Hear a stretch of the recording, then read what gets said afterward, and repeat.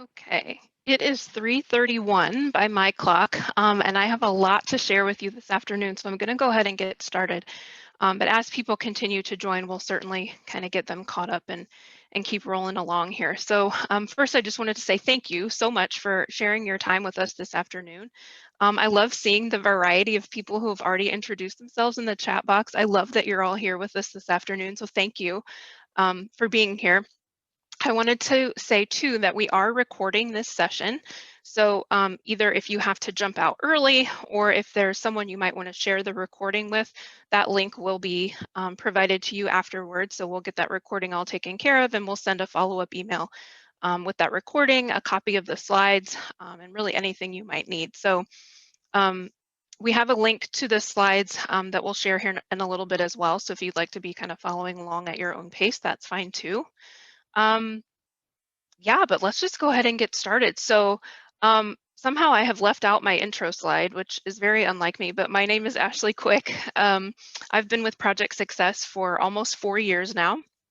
Before that, I was a special education teacher for about 10 years. And then I ended up with Project Success, and here I am, working to support teachers, and just really educators at all levels of students with more significant needs. And so today, what we're going to be focusing on more specifically is sort of that connection between behavior and academics for our students, really any students at this point, not just our students with more significant needs, and sort of how all that plays out. So that's really what we're going to be talking about today. I saw Meredith shared in the chat box the link to the slides for today so that you can follow along with those at your own pace if you'd like to do so. No cute pictures of my kids today. Very sorry for that. Maybe I can throw one up at the end. So here's just a brief look at what I hope to cover this afternoon. It is a lot. So I want to start off by reviewing the link between all three of these things: communication, behavior, and academics. And then I'll move into sort of breaking down each of those links. So behavior and communication, communication and academics, and then academics and behavior, and sort of how those all play off of each other. Whenever you see that navy speech bubble in the corner, that's going to indicate a time for you to share your thoughts or your experiences in the chat box, specifically about whatever question or topic we're talking about at that moment. But please feel free to comment or ask any other questions throughout our time together today. We've got some of the other Project Success team members keeping an eye on the chat box for me, so I'll definitely kind of address things as they come up as well. Feel free to interrupt at any time because I want this to be a useful time. So definitely put your thoughts and questions in the chat box as we go. So here's where we'll start, discussing the link between all three of these things. I will say for all students, but especially I think for our students with more significant disabilities, these elements of communication and behavior and academics, they're really deeply intertwined. It's hard to talk about one without also addressing the other two.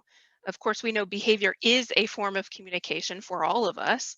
And sometimes our students with more complex needs, they exhibit intense behaviors that are really just a different way of communicating something, that they need or want, or a strong opinion that they have. And of course, communication and behavior both impact academics. One, because of the need for communication as a part of learning, right? But also because behaviors that students are exhibiting can, of course, sometimes interfere with that learning. And so really, ultimately, what it comes down to is when we're working on one of these three elements, we're often also working on the other two elements as well, perhaps indirectly, but they're all just so very linked. And so what I want to dig into here today is how we can affect change in one of those areas that will then perhaps flow through to some of these other areas. And we're going to start by looking specifically at the connections between communication and behavior. And again, this goes both ways. So communication can impact behavior, but also behavior can impact communication abilities, right? So if you're thinking about students that have difficulties communicating with their mode of communication or being clear with what they're trying to communicate, that can lead to challenging behaviors. It can be frustrating if you're not able to communicate what you mean or what you want to get across. But of course, conversely, then too, if a student's already upset or they're already displaying some challenging behaviors, and this is really for anyone again too, when we're more upset or we're more sort of in the throes of something, it becomes more difficult for us to communicate. And so in that instance, we would want to instead focus on sort of de-escalating whatever kind of crisis situation is going on, and then we can work on communicating to resolve the situation. So again, it's going both ways. And when we're thinking about behavior specifically, I really liked this quote a lot. Trying to figure out the reason for inappropriate behavior, challenging behavior, unexpected behavior, however you want to call it, it requires good detective work, which is all of us looking at the possible reasons for the misbehavior. A lot of times we lean on, they're manipulating us, or it's attention seeking and things like that. But even when we get to a point of, we've decided that's an attention seeking behavior, they're trying to communicate that they have a need for attention, right? And so how can we meet that need in a different way that's less disruptive? So we're all going to be sort of turning into these detectives here at this point. I found that this graphic does a really good job of sort of helping us visualize situations where students are demonstrating these challenging behaviors. So you'll see on the left, we've got our stress behavior submarine, which is representing sort of this importance of viewing student quote unquote misbehavior, right? Viewing it instead as stress behaviors. There's some sort of stressor on the student that is causing these behaviors to emerge, right? And so then it's becoming our job as sort of a stress detective or a behavior detective to identify and then address these underlying stressors. Not only identifying, but also then thinking about what are the skills that we need to be working on teaching our students to then respond in a more expected way. On the right side, you'll see sort of the SS misbehaviors, right? This boat over here floating on the surface of the water, and they're dangling some carrots out over the side. So the sign below it is saying some people see quote unquote misbehavior. They use rewards and punishment to try to get compliance. This does not address underlying reasons for the behavior. So, of course, then we look at the iceberg itself. An unexpected or undesired behavior, it's just, of course, the tip of the iceberg, what we actually see on the surface. Underneath it are all the factors that could have caused that behavior to emerge. And those are the things that we really want to be thinking about and be intentional about addressing, because that is going to then impact the behavior that we see on the surface. So what I want to think about now is what could some of those underlying reasons or those underlying factors be? Most of us are probably familiar with Maslow's hierarchy of needs and Bloom's taxonomy. What this graphic does is overlay the two of those. So when we're thinking about truly educating and instructing our students, we're at least trying to get into those green areas of knowledge and comprehension and application, if not then up into those upper yellow areas, of course. But what about those blue areas of the physiological needs, the safety, and then the belonging or the friends? Before we can ever get into that idea of truly the Bloom's taxonomy, where first we want you to know something and then understand it and apply it in all of this, before we can ever get there and start working up in those levels of complexity, we have to consider how the Maslow's hierarchy is overlapping there, right? All students have needs, all of us in general have needs that have to be met in those blue areas, but especially more of our students with more significant disabilities. Think about our students who are encountering challenges even just with proper body function, right? Or body positioning. They might have sleep disturbances. There's all these things that could be going on at that very most base level. And those are all going to flow up into what we're able to do for them and how they're able to respond to us up in these upper levels. I would also add too, the elements of sensory. So sensory issues for many of our students is becoming kind of a physiological thing at that point, as well as communication specifically, right? Those communication issues. And I would put that kind of squarely in between safety and then belonging, right? Our students require some level of communication in order to maintain personal safety and then also to maintain a sense of belonging. So I think those are an additional two elements that we really have to consider. And with all this being said, we as educators cannot affect necessarily what's going on in our students' lives outside of school, but we can do our very best to make sure that each and every student is safe and fed and feels a sense of belonging within their classroom and their school community. So if nothing else, that's where we need to get a good solid base when they're with us, right? When our students are with us. So what I want to hear from you now, Shirley, hopefully you've seen that Navy speech bubble. What I want to hear from you now is, first of all, just sort of what challenging behaviors do you see in your students? And then what do you believe those behaviors could be communicating? So in other words, what factors do you think or believe could be contributing to those behaviors? And then sort of as a follow-up question then would be, how are you addressing those factors that you think are causing those behaviors? And maybe are there some supports that you need um, to continue addressing them? So it's a very multi-pronged question, and I know it might take a moment for everyone to gather their thoughts. Feel free to share your answers in the chat box, or if you'd like to unmute and share that way, I'm fine with that as well. So again, we're thinking about, first of all, just what are some of the challenging behaviors that you see in your students? And then what do you think those behaviors could be communicating, or what factors could be contributing to those behaviors? And then how are you addressing them, and what supports might you need?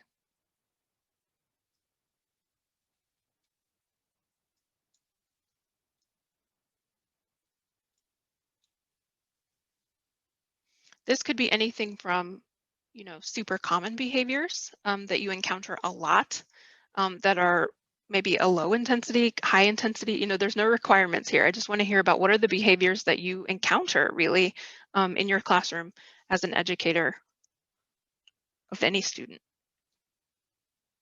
And how have you seen that link between the behavior that you see and then what you believe those factors could be? So Greg has shared with COVID, yes, the biggest behavior issue is attendance. Yeah, many disruptions to the lower needs are causing this. Communication with families is the best remedy. Yes, my goodness, if nothing else, this past year we have had quite a disturbance in, the way we would normally operate, even just getting our students to school, virtually or otherwise, right? So um, yeah, and so then a lot of those needs, the physiological needs, the safety needs, belonging needs, if you're sort of on a virtual island, all of those things have been quite disrupted. That's a really good point. And I like, Greg, that you brought up that idea of communication with families. Yeah, it's not just about us as the educators and the students, but the families are really the link, right, to make it full circle. Really good point.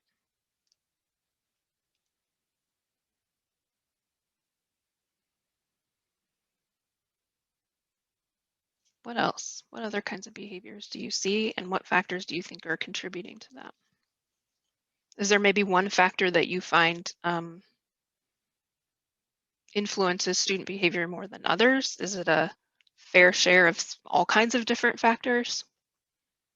Do you find that you're pretty easily able to address those behaviors, or is there one in particular that you're really challenged by?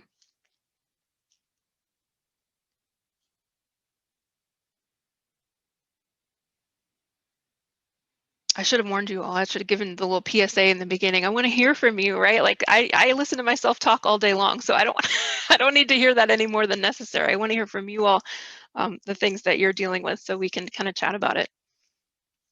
Maybe come up with some solutions. All right, I'm going to keep going, but if you have situations, please share them in the chat box, or honestly just unmute and interrupt me, because I want this to be a good discussion that we're having here. All right. So just to summarize this little section of what we've been talking about, I wanted to pull out just a couple of sort of actionable items. So if you have a student for whom their communication is impacting their behavior, one thing is just make sure they have at least one identified mode of communication, right? And a tool that would be super helpful for you in sort of pursuing that and making sure that you've identified a mode of communication, or maybe the most appropriate mode of communication, is the communication matrix. So if you're not familiar with that, it's linked here, you can check that out.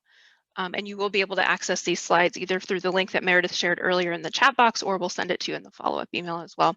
I saw Lisa shared lots of routine disruptions and work not completed, and then students not engaged. Yeah, absolutely. That's a big one. We'll talk here in a little bit about that engagement piece and how that plays into a lot of this as well. So then on the bottom half of this slide, if you have a student for whom their behavior is impacting their communication, right? They're frequently sort of escalated, which then is impacting their communication. I just wanted to share this resource here that will help you focus first on de-escalating and then on communicating to resolve the situation. So that link there just takes you to a resource for some ways to calm an agitated student. And these are just a few additional behavior resources for you to refer to sort of at your convenience. TIES is a wonderful collaborative sort of national resource center that has really a lot of great supports, but this article in particular speaks just to what you said, Greg, about some of that family and home link and some considerations there for supporting behavior. There's also sort of a template there, that second resource, which is meant to help educators brainstorm what might some of the antecedents to the behaviors be, these things that happen before the behaviors occur, and how can I take that into consideration ahead of time and kind of plan around that to take some of those triggers away. So that template is there for you to kind of think through that. And then that last one there is a resource document sort of specifically for parents.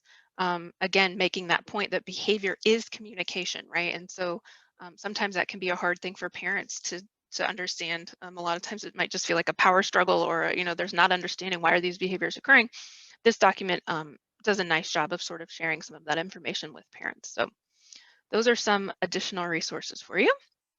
And now we are going to move to the second set of connections here. So the connections between communication and academics. Again, this can go in both directions, right? So if a student's communication impacts their academics, for instance, maybe the task that they're working on academically, those demands sort of involve communication methods that are more difficult for that student or that require more receptive language or expressive language than that student's actual current capabilities. So their communication is impacting their ability to perform academically. But then vice versa, right? When the task in front of them requires them to do something that they're not capable of doing. And so then we need to meet that moment with different strategies. And so part of that's going to come through in UDL when we're able to provide multiple means of a student responding to something, or multiple means of a student expressing what they know, right, in terms of those universal design for learning strategies. So we'll talk about all those things here in just a second. But first, going back to that idea of communication impacting academics, one way that we can address that is by teaching our students core vocabulary. So many of you may be familiar with this concept of core vocabulary already, but if you're not, I just wanted to give you sort of a brief overview. So when we're thinking about students who are working on developing their language, core vocabulary, or teaching core vocabulary to these students, it provides them almost an exponentially more useful way of communicating with their language. So rather than teaching nouns upon nouns upon nouns, right, labeling, right, this is an apple and a chair and a dog and a ball and all of this, it's certainly important to be able to name things, but it doesn't do a lot for the student's ability to actually communicate, right? You cannot communicate to someone just by listing off a bunch of nouns. So when you look at core vocabulary more specifically, it's giving you a more sort of varied set of words. And these are the words that make up the majority of what we read, write, hear, say all day long. And it really comes down to, you can see there, it's really only about 400 words that are considered to be the core that main core vocabulary. But we can, the thing that's great about it is you use these words in all different combinations. They're relevant across settings. And you can use them in different combinations to mean different things, right? So an apple is an apple.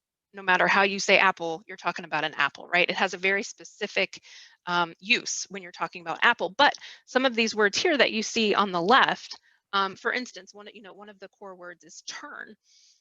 This can refer to turning on the lights, turning a page in a book, turning left or right in a car, taking a turn during a game. There's all these ways that turn may be used in a lot of different settings, right? So if you're working with your students to learn that word core, you've automatically expanded, their ability to communicate about a lot of different things.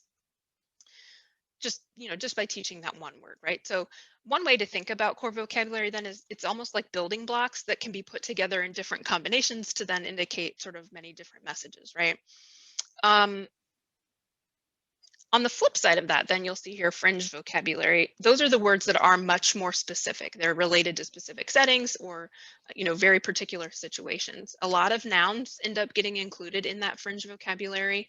But what's important here is that having access to just a handful of core vocabulary words is sort of infinitely more useful in actual communication than just having, sort of that list of fringe vocabulary words. And then in the middle are sort of some words that it could go either way, right? Words that, circle, for instance. Circle is a very useful word. I don't know that I would identify it as one of the most core vocabulary words, but you can use circle in a lot of different ways to describe a lot of different things, versus we're probably only talking about meteorite in a very particular situation, right? So most words are sort of somewhere on that continuum of usefulness. But what's nice about core vocabulary is that just a few can be sort of mixed up in different ways to mean different things, right? A student could say, I want more. That's a request, right? You want more? That's a question. I go. That's intent, right? Communicating an intent. Or you go. That's a refusal. You get out of here, right? So all these different purposes for communicating. We know we make requests, we ask questions, we want to communicate intent, we want to refuse things. Students can do that with just a handful of core vocabulary words. So very, very, very, very important. And because I can't spend all day talking about it, even though I probably would love to, I put together this sort of list of resources that dive more deeply into all of these different aspects of core vocabulary. There's one in particular, let's see, it's that 1, 2, 3, the fourth one, the fourth resource. It says develop core vocabulary for each academic area. And I put an asterisk there because this particular resource is not referring to core vocab the way I just described it with that small set of words. They really are meaning sort of just main vocabulary or essential vocabulary for academic areas, but I found it to still be a useful resource to help you think through what terms might be important, or what words should be focused on to make instruction as meaningful as possible, specifically when you're thinking about academics. So I did want to just point that out, but everything else on here, when they're talking about core vocabulary, they really are talking about that set of words that can be used across settings in multiple ways to mean multiple things. And there's a lot here. I try to give you a variety of resources, websites, articles, guidance documents. So dive in. And if you have questions, of course, feel free to reach out to us. But I wanted to give you a good place to start there with some of this information. So we're going to take a poll. And because I couldn't figure out how to do the Zoom poll, we're just going to do it informally.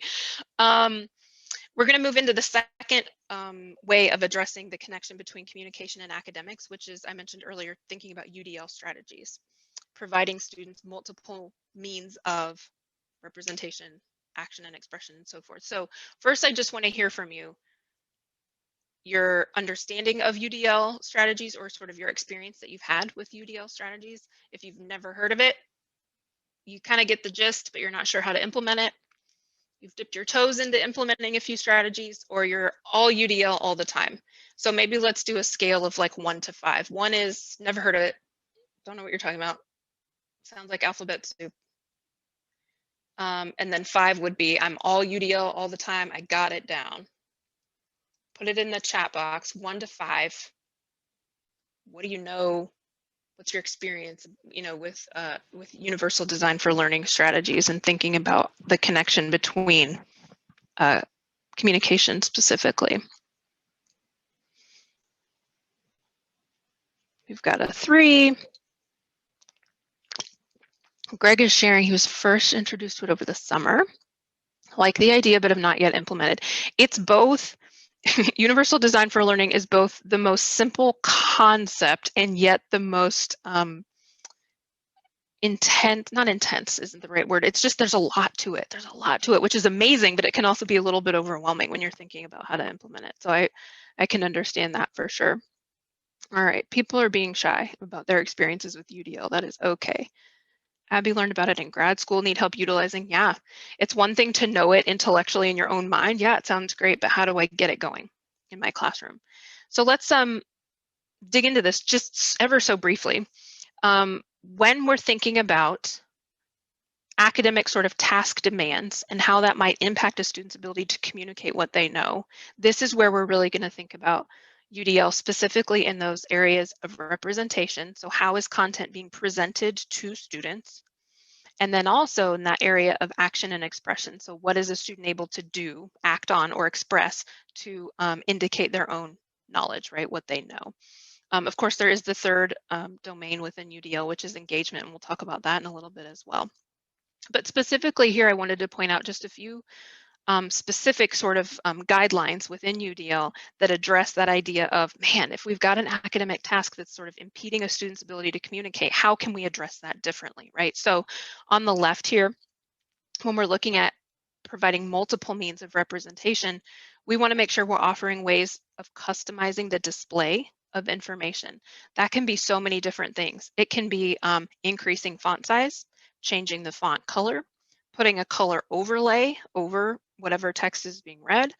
It could be, well, it could be all kinds of things. Those are just a couple of examples. And so if you're thinking about something that may be a barrier for your students in terms of how they are perceiving the information presented in a certain format, look at presenting it in a different format.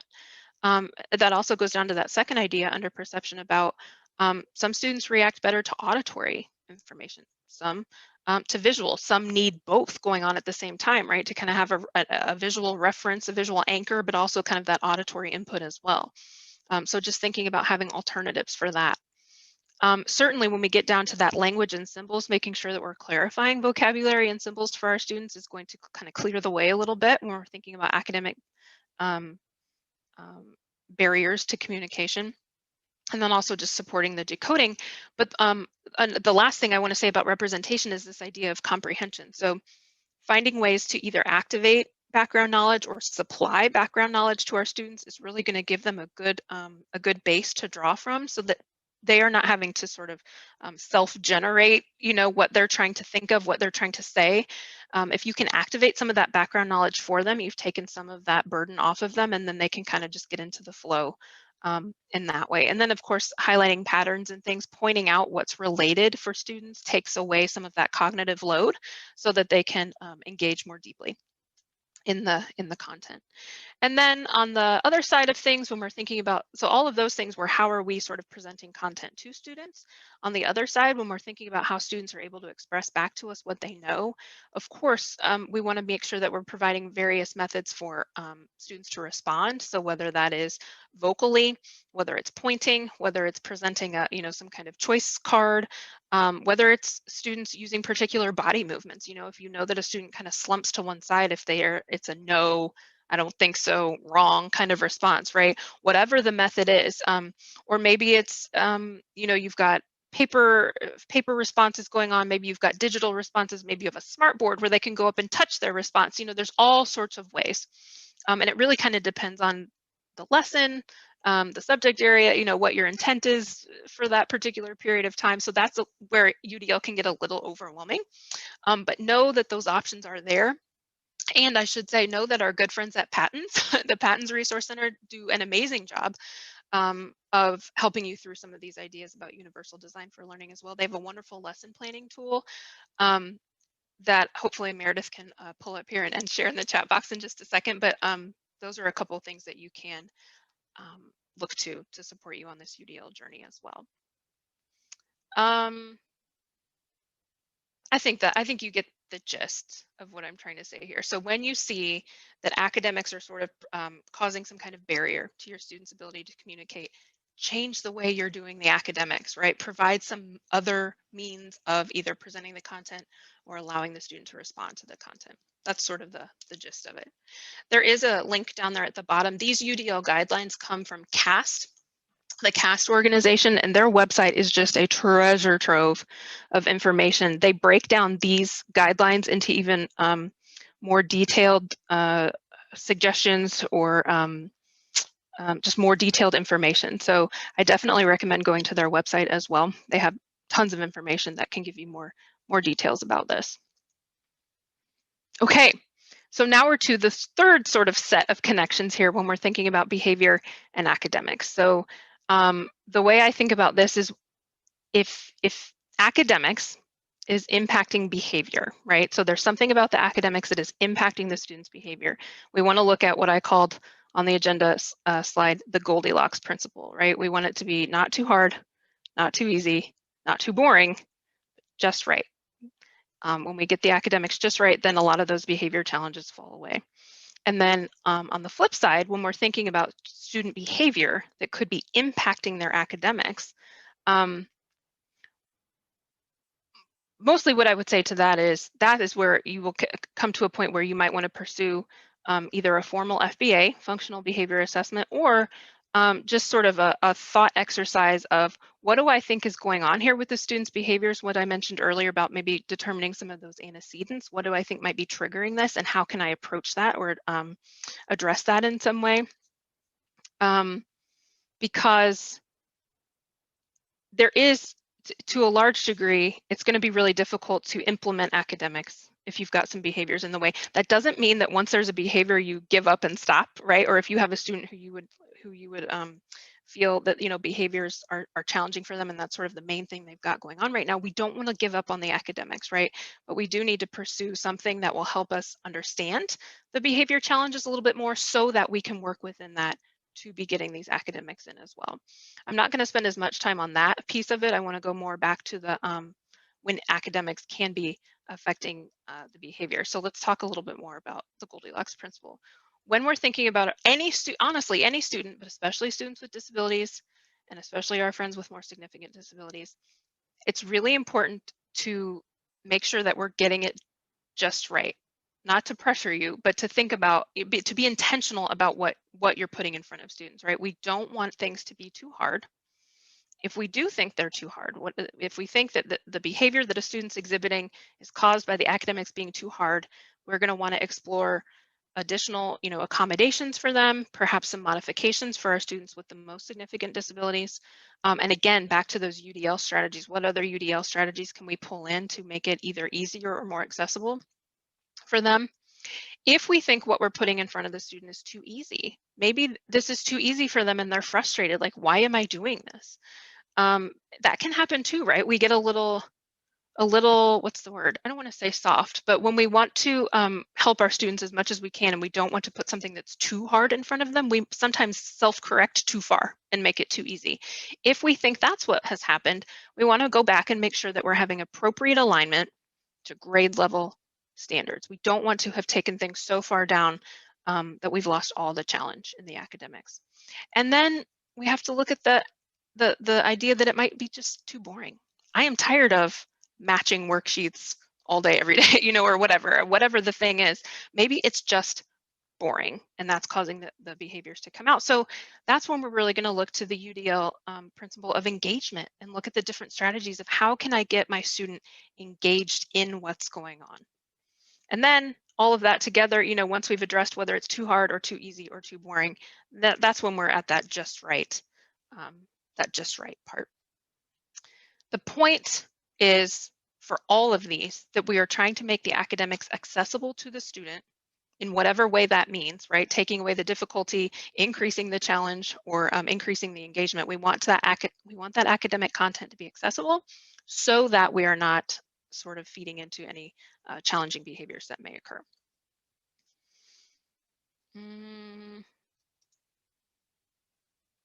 Any thoughts about this? Questions, concerns, connections that you're making to that idea of the Goldilocks principle?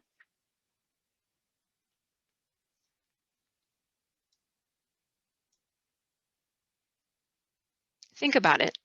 Share in the chat as I keep going.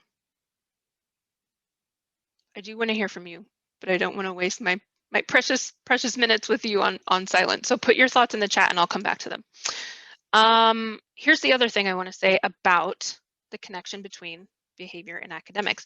We can try to get out in front of any challenging behaviors before they ever start. So, we're very familiar with pyramids as far as thinking of tiers of instruction or tiers of even behavioral supports and things like that.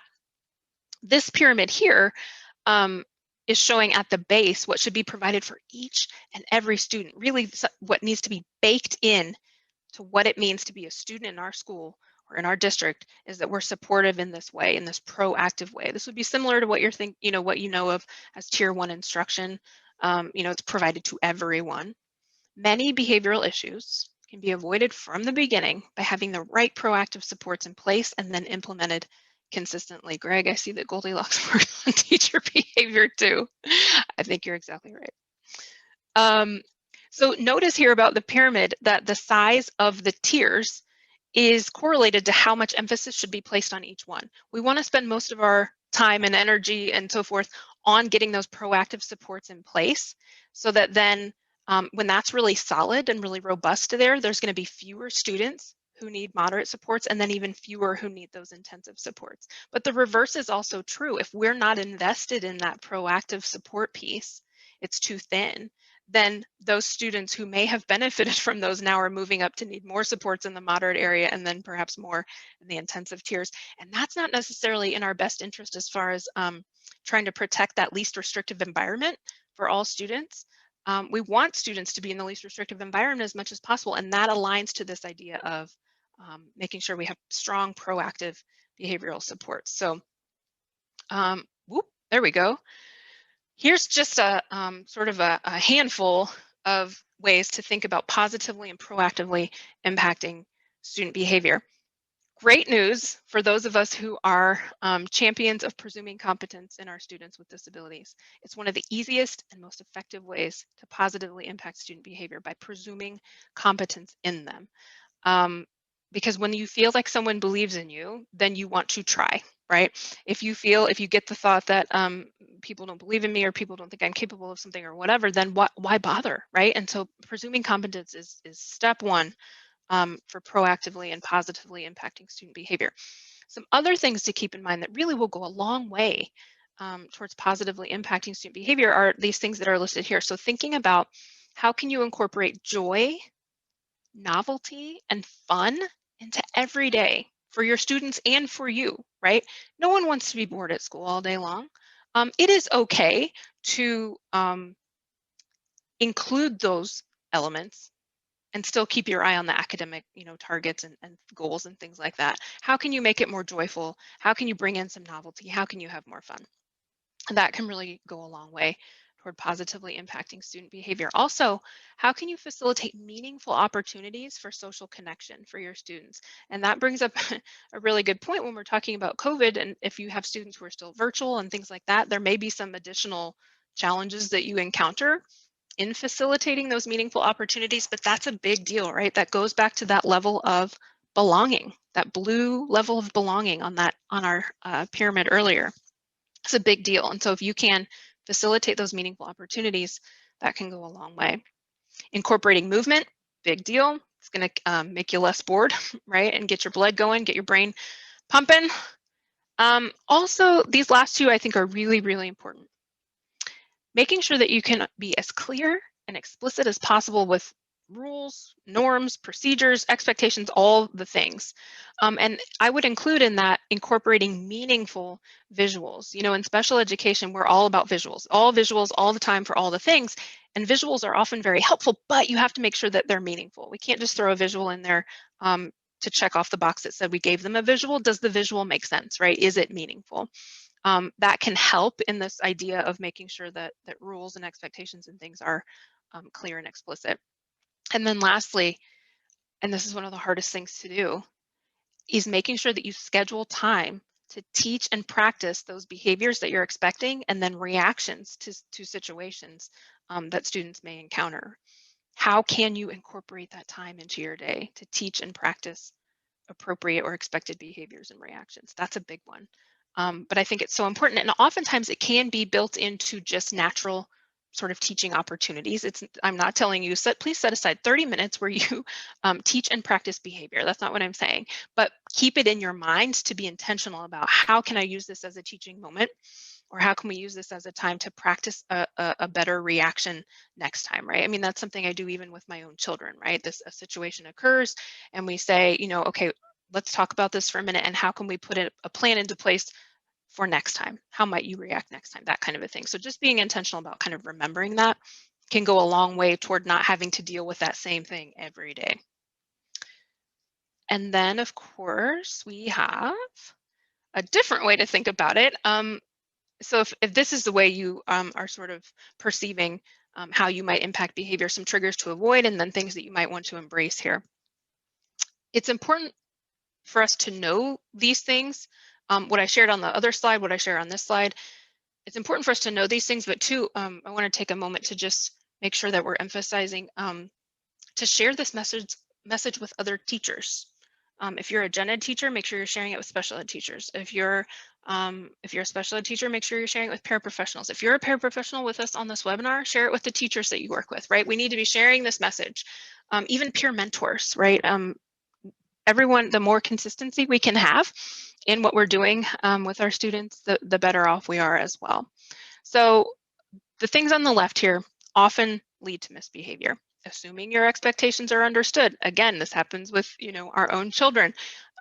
Kids may not know what's expected of them, even if you think they do. Demands can change from situation to situation. So oftentimes if children are feeling unsure of what's going on around them or what they're supposed to be doing, they're more likely to misbehave. So how can we then be more clear about our expectations in every situation?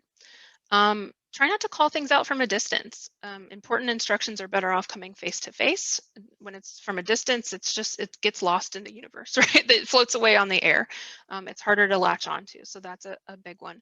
Transitioning without warning, a very big one. And I think that's another thing that we tend to do well in special ed, but often might need to have our attention recalled to it to think about how we're transitioning with our students. Especially if they're in the middle of something and something unexpected is happening, right? We need to make sure we're intentional about giving them warnings, letting them have a chance to find a good stopping place and things like that. And then also, really again, for any student, but especially our students with disabilities, make sure you're not asking either rapid fire questions one after the other or giving a series of instructions. That can really just become overwhelming, and then you only remember the first one or the last one or the one that you didn't like the most and decided you're definitely not doing that one.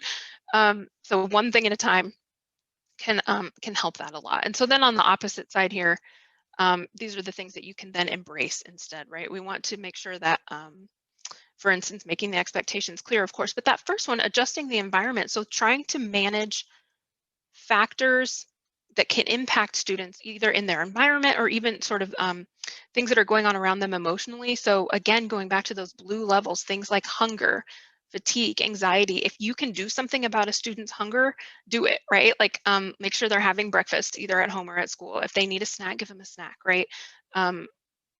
Adjusting the student's environment in those ways can then sort of alleviate some of the behaviors that may pop up from that in the future.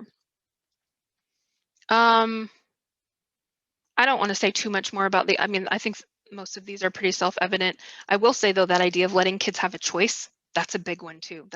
That can be so helpful. Even if it's a choice between two things, both of which you want them to do, right? You would be happy with them doing either one, but then at least they feel like they have a choice or they have some say in the matter. That's a big deal for students, feeling sort of that element of agency over their own life or their own experience at school. So giving structured choices. Do you want to do this before or after? You're still going to do it, but do you want to do it before or after? That kind of a thing, right? That helps students feel more empowered, and then their behaviors are less likely to be challenging in that way. All right, this is where I want to hear from you all again. So this is just a few additional proactive behavior supports that you can think about putting into place. But while I review some of these, I want to hear from you as well. What are some ways that you have found that are impactful for students, that you're able to positively influence their behavior and proactively, right? Rather than reacting, something happens and now we have to deal with it. What are some things that you try to put in place to be positive and proactive with your students? So think about that. Start typing up your responses, or if you want to unmute, definitely feel free to unmute. But I'll tell you what I mean by some of these items here. So I pulled together a bunch of strategies from a bunch of different resources. All of these address different elements of some of those things we talked about on the hierarchy of needs and the Bloom's taxonomy and so forth. So this idea of having class meetings, that really drives at the idea of fostering belonging within the classroom, getting everybody participating. You feel like you're more involved and engaged and things like that. Having fidgets available, that goes to being a sensory thing for many students, right? They can get the sensory stimulation that they need, perhaps without doing it in a way that is disruptive to other people. It can help focus their attention.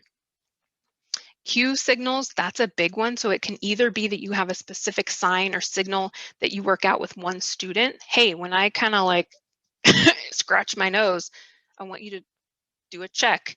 Am I, sitting appropriately in my seat, or whatever it is that you're working on with that student? Or it can be a whole class cue that when, something happens, that's what this means, right? It can be a visual cue. It can be an auditory cue. Maybe you have chimes that mean, going back to that idea of transition, right? That the chime means a transition is coming, rather than you having to say, now is the time where we will be stopping this and moving on to this, right? Just a chime can cue or signal that to students. Nooks are so fun. So this is an idea of having alternative places for a student to read or to work, right? So think of like being able to even just work under your desk, or under a table, or maybe you have some kind of screen or curtained off area that's almost like a little cave or a little tent or something like that, right? Just a different place to work and be.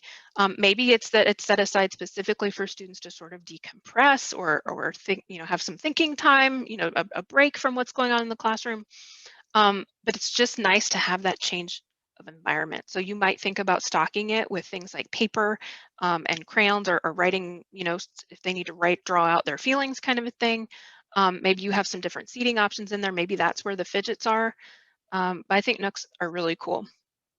And then I loved the way this was phrased, synapse. I've always thought of it as brain breaks. That's what I always called them when I was teaching. But synapse, right? Like the synapses that fire in your brain, you want to give your brain a short synap, which is a break, just a 1-minute break every 15 to 20 minutes. So it allows the brain to rest all those neurotransmitters that are constantly firing off, trying to send messages everywhere. And then that also sort of makes space for additional processing of information.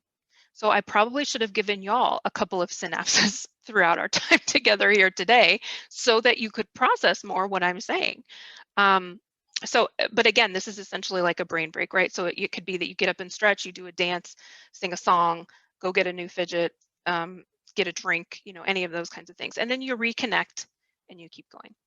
And then again, I've already touched on how important it is to offer choice. So I saw a couple of people sharing in the chat box a whole class positive-based reward or point system. So emphasizing the positive pieces, that's huge. You can do a lot of good work by emphasizing what's going right rather than picking on what's going wrong. Having a break, a fidget, and choices, and thumbs up or thumbs down. Yep, any of those kind of cues are great. And I think sometimes we don't even realize or remember that this is proactively supporting student behavior, right? It's getting things to a place where students don't feel the need to be exhibiting certain behaviors, right? Because they have these other options, right? There's a cue going on that then is not going to overwhelm me with all the words, or I know I have my nook over here that I can go to when I'm feeling overwhelmed, or all these things. I think it doesn't mean you have to do all of them, of course, but that gives you some good options to think about. Thank you for those of you who shared your ways that you have found work well to proactively impact behavior. I'm not going to read all of this, but I wanted to include it in the slides for you because I think it's a helpful resource. So two of the biggest things that you can do is making sure that your instructions are effective. And then this lists here how you can make sure your instructions are effective. You got to be direct, you got to be close, you got to give them one at a time. I kind of already touched on that. Keep the explanation simple, and then give time to process. I liked this information because it told me all the things to do to make sure that my instructions are effective, right? So just wanted to throw that slide in there for you all as something to refer to and kind of read through later. And then I also wanted to put this in here as a reference, knowing that we talked about transitions specifically and how we can structure our transitions to make them better or easier for our students. These are some ways that you can make the transitions easier. So making sure you're previewing the day even, right? Hey, everybody, here's what our day is going to look like, because then you've given them sort of an anchor or a reference. And then when it comes time for that thing to happen later in the day, you can say, remember when we talked this morning, now it's time for this thing, right? And then counting down, of course, if it's something you need to say in 10 minutes, this is when this is going to happen. You have 2 minutes left. And if there are some students who that will actually be triggering to, but if you know your students, you'll know, which ones to avoid those triggers with. But in general, it can be helpful to provide the countdowns. That helps kids kind of prepare for what's coming up next. Make sure you have their attention before you try to transition. I don't know how many times myself as a teacher, I knew what was coming up next, and I knew that I needed to get them going. So I just assumed that once I put that in motion, they would all come along with me. No, I need to get their attention. Hey, everybody, are you with me? Here's what's coming up next, right? So getting their attention, it's so small and yet so important. And if you can, ask them to repeat back what you've said is another way to know, that they're paying attention. Using music is a good one. The example that I came across a lot in using music was the cleanup song, that younger students might sing about to encourage them to clean up. But any kind of music that you can incorporate, there's something kind of soothing about that, I think, that can also act as an auditory cue for transitioning. And you can see here.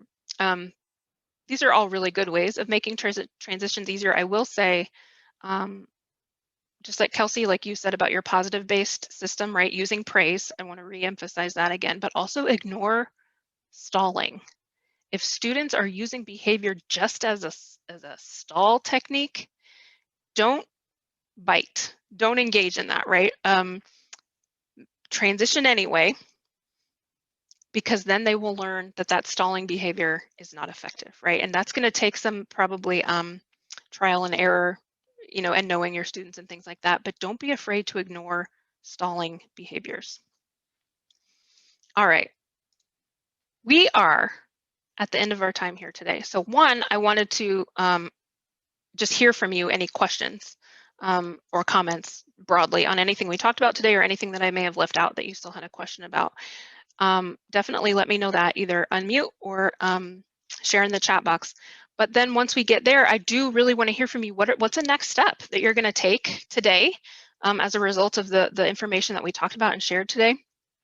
And then I will, before we get all the way done here, I have some additional resources and upcoming opportunities to share with you too. But I want to hear from you all, either any questions you have or just, this really sparked in me. Here's a next step that I want to take, given this information that was shared here today.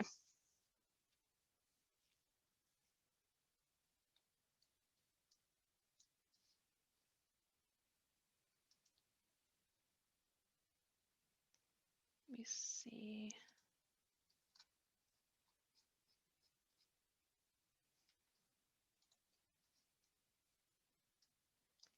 We talked about a lot.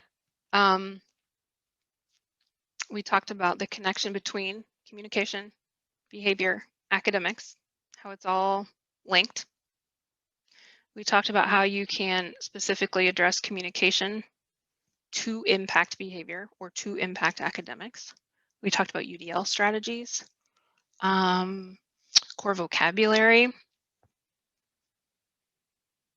What else did we talk about? Transitions. Kelsey says she's going to share the information with her paraprofessionals once they return after spring break and share with the other self-contained teachers in your building to work through as a team. I love that. Thank you, Kelsey. That's awesome. That is one of the most, I think, important things you can do is if you found this information helpful today, share it, right? So that more people can get on board. Thank you, Kelsey, for sharing that.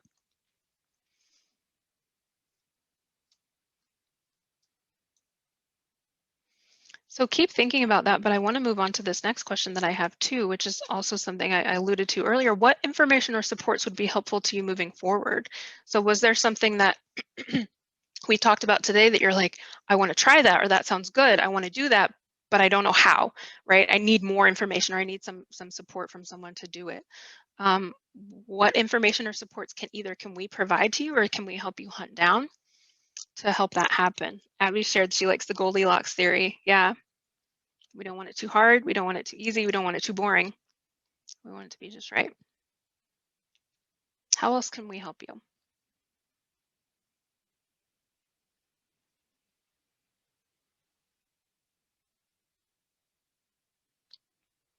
If you do not want to unmute and share or in the chat box, I will share my email address at the very end here. Please feel free to reach out via email too, if there's something that comes up that you'd like some more information on, an additional resource, anything like that. We're definitely here to help. All right, I'm going to bring it to the bonus here, some additional upcoming opportunities that we have through Project Success. So at the very end of March is our Model Site Summit. So it's our sites, our classrooms and our teachers that have been selected as model sites throughout the state of Indiana. They're going to be kind of showing off what they've been doing all year. So the link here, you can register, and there's also a link to the flyer that will give you more information, but that's in the afternoon of March 31st. And then Wednesday and Thursday at the beginning of April there, we have our final paraprofessional webinar. We had a whole series that we did this year. This is the last one that's live on data collection. So you can register there, view the flyer for more information. And if you visit our website, which somehow I left that out of this presentation too, but I'll share that. On our website is all the recordings of the previous paraprofessional webinars and all the materials and things that go along with that. So if you're looking for ways to support, if you are a paraprofessional and are looking for more information, that would be a great place to find it. If you're a teacher who's looking for additional ways to support your paraprofessionals, these recordings would be a great way. So you can register there for that last one. Then on April 21st, we have our Teacher Leader Capstone Celebration. So we have a team of teacher leaders that we've been working with all year, and they have been working on a capstone project to really sort of show off what they know and what they've been doing, what they've been working on, and we're going to be celebrating that at the end of April. So you can register there to sort of learn what they've been up to, and again, view the flyer for more information. And then lastly, if you're interested in becoming a teacher leader for the upcoming school year, the registration deadline for that is the last day in April. So again, you can register and find more info there. But that's just an opportunity to work with some of the Project Success team members a little more closely and a little more frequently as a part of that cohort. So you are welcome to apply to become part of that cohort there. Those are our main upcoming opportunities that we have. For everything else, you can visit our website. There is an evaluation for today's session. I would love if you could fill that out. It really gives us good information on what went well, what we could do different next time, and all of that. My email address is there as promised, aquick@pcgus.com. Please, I really mean it. Feel free to reach out with questions. Our whole team is happy to help, support, and answer questions or track down resources for you. So definitely feel free to reach out. And then lastly, the last part of my commercial here, follow us on Twitter and Facebook, because that is a great way to find out about more of our upcoming events. We try to share good resources and articles and things like that. So I definitely encourage you to follow us there. I'll hang on here for a few more minutes if anyone has some questions that have come to mind. And you want to share those, I'll be here for a bit. Otherwise, if you wouldn't mind, please, super would appreciate you filling out that evaluation. And thanks so much for spending this hour with me. I really appreciate it. Hope to work with you again soon.